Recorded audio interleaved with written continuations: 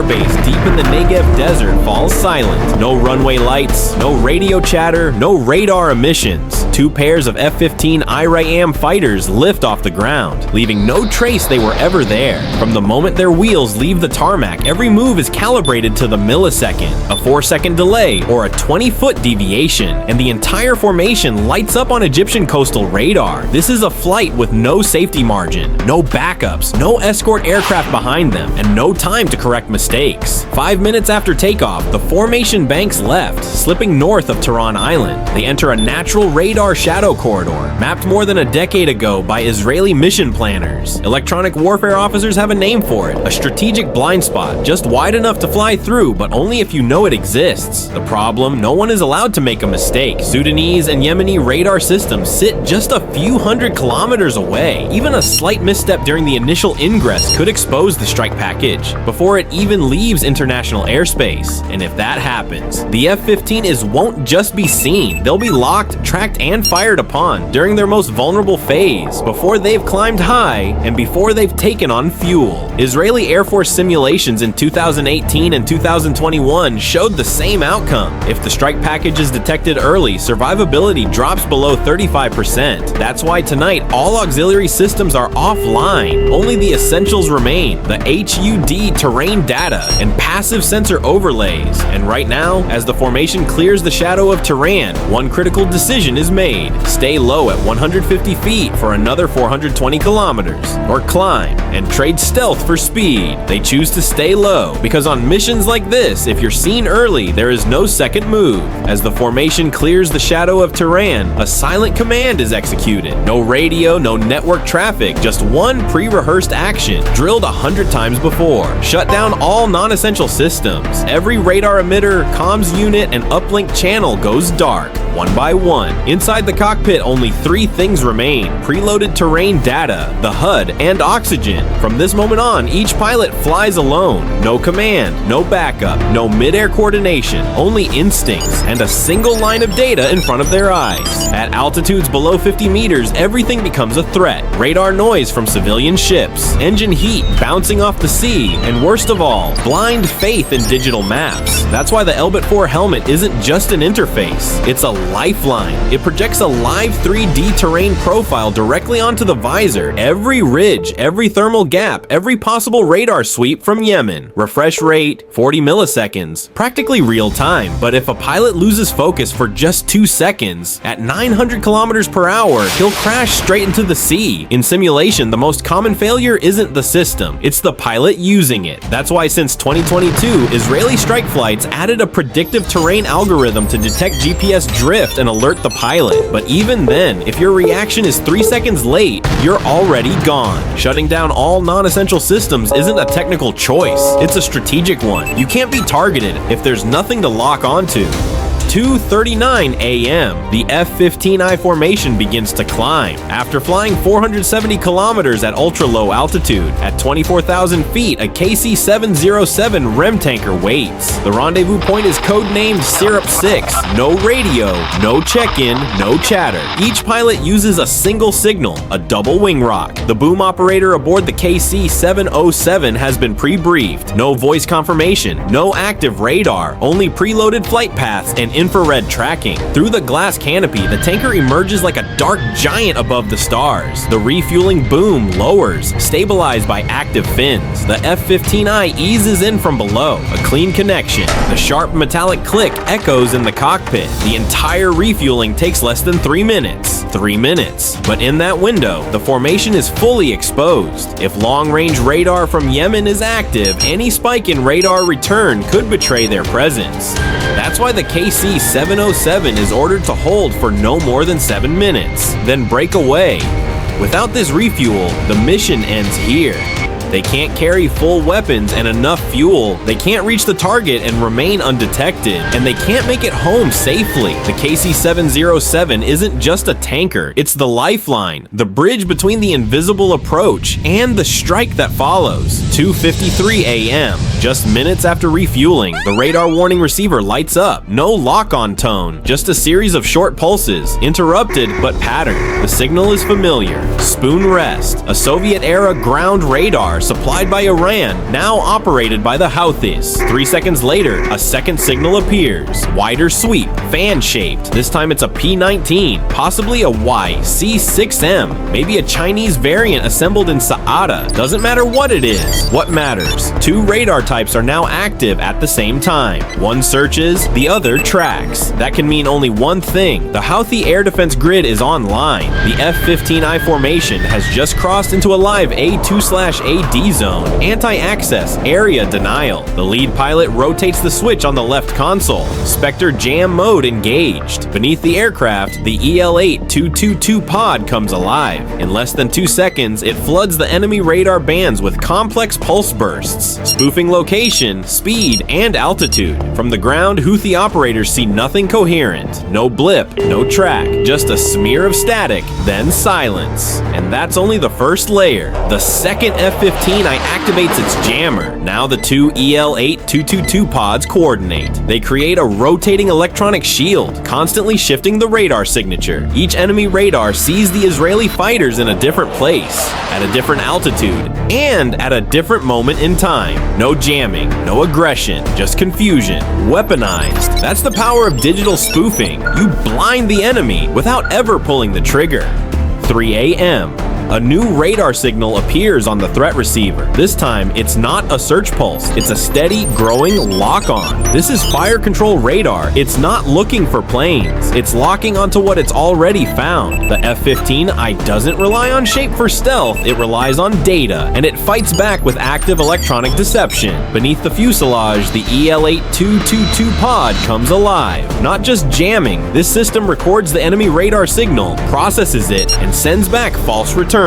False position, false altitude, false speed. If the enemy radar sees one jet at 6,000 feet heading northwest, the pod makes it see 2 jets at lower altitude diverging further away. The result? Fire control solutions break down. Missiles lose track or launch into empty air. But timing is critical. Trigger the pod too early and the deception is obvious. Too late and the radar gets a hard lock. If that happens, the F-15I must break away fast, and that means exposure. That's why EL-8-222 pods are networked. When one jet is threatened, the other 3 respond. Each pod emits a different flight profile, different location, different altitude. To enemy radar, there are now 4 targets, but none of them are real. This isn't just defense, it's offense by waveform. Each burst of electronic noise is a decoy, a strike, a silent message to the enemy. We know you're watching, but you won't know when or from where we strike.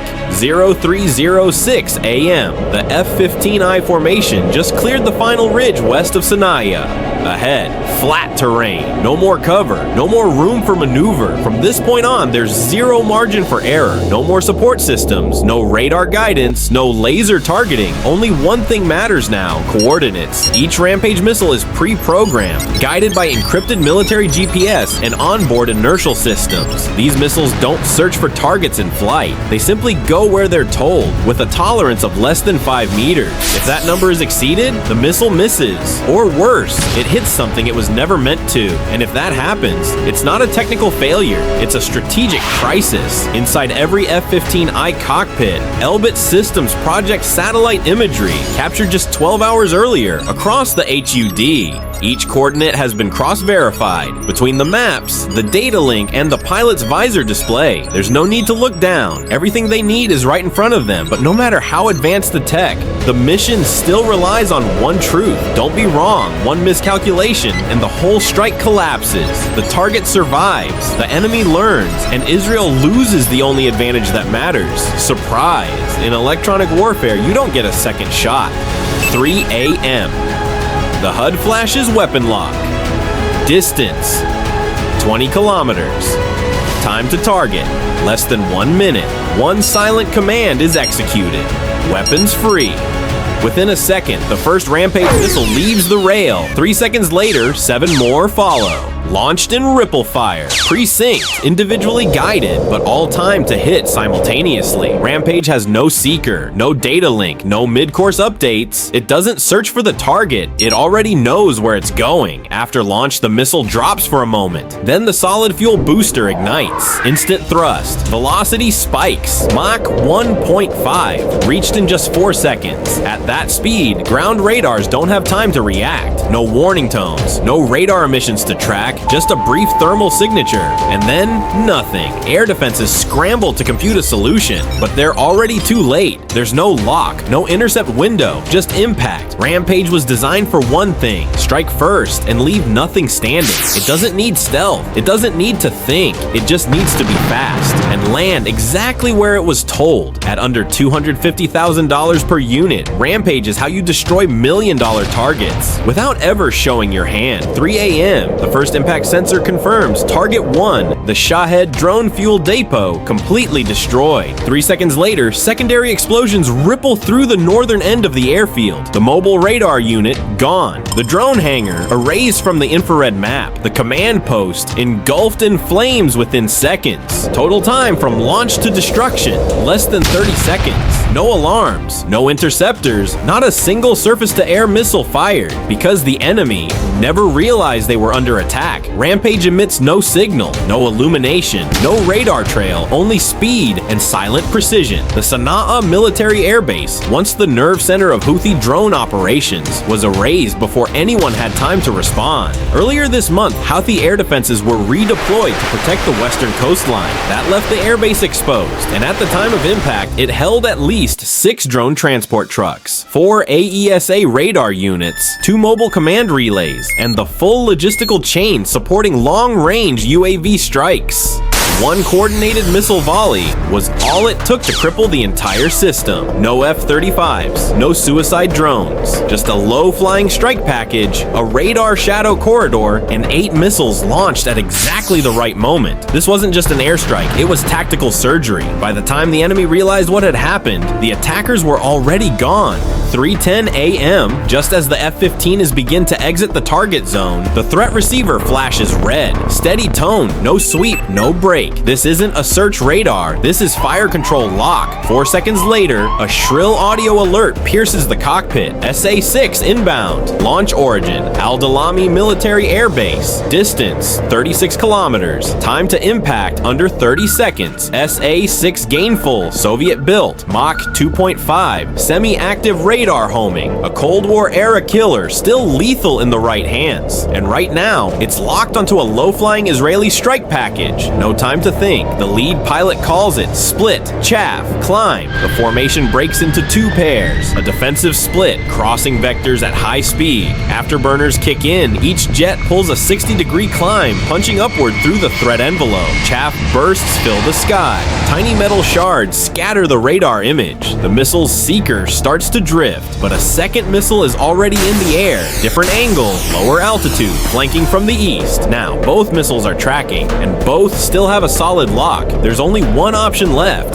Get above the kill zone before the seekers can adjust. 12,000 feet. Full throttle. Gravity crushes the cockpit. Oxygen tightens in the mask. And then, detonation. Both missiles explode more than 3 kilometers behind the trailing jet. No hits, but no one's breathing easy. And no one wants to roll the dice again. 3:11 a.m. 2 SA-6 missiles are still in flight, closing in at Mach 2.5. Target distance, less than 10 kilometers. They're not searching, they're tracking, guided by coordinates fed from a ground-based fire control radar. Now, all that remains is final lock. But there's one problem. The F-15s are no longer there. Within 6 seconds, the Israeli formation has shifted, changing altitude, speed, and trajectory. They didn't evade, they disrupted the equation. The SA-6 isn't a smart missile. It relies on semi-active radar guidance, and that radar was just spoofed. The EL-8222 didn't just jam the signal, it projected a false target, placing the F-15I exactly where it used to be, but no longer is. The result? The radar sees a target, but it's chasing a ghost. The missile enters what engineers call a spoof loop.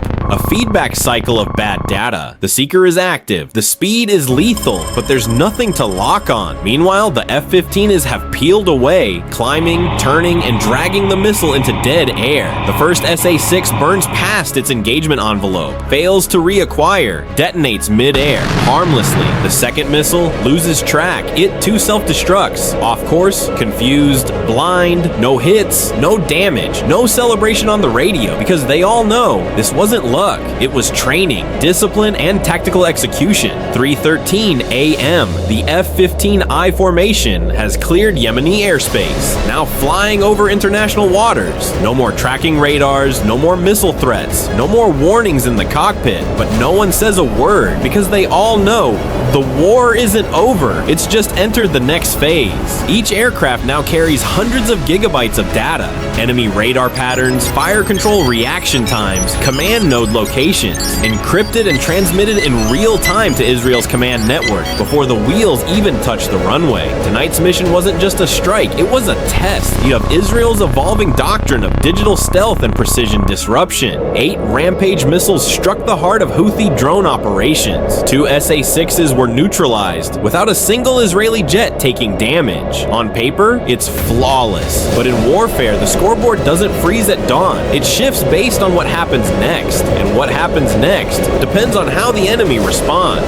Tonight's attack leaves behind 3 strategic consequences. First, houthis now understand their airspace is no longer secure. Second, their air defense grid will be forced to reposition, leaving other sectors exposed. Third, and most critical, Iran, the supplier and strategist behind Houthi UAV operations, will not sit quietly. This strike will provoke a response, maybe not with a missile, but with a ripple effect across another front at another time. Yes, the strike was a success. Yes, the jets are returning home, but the war is still very much alive.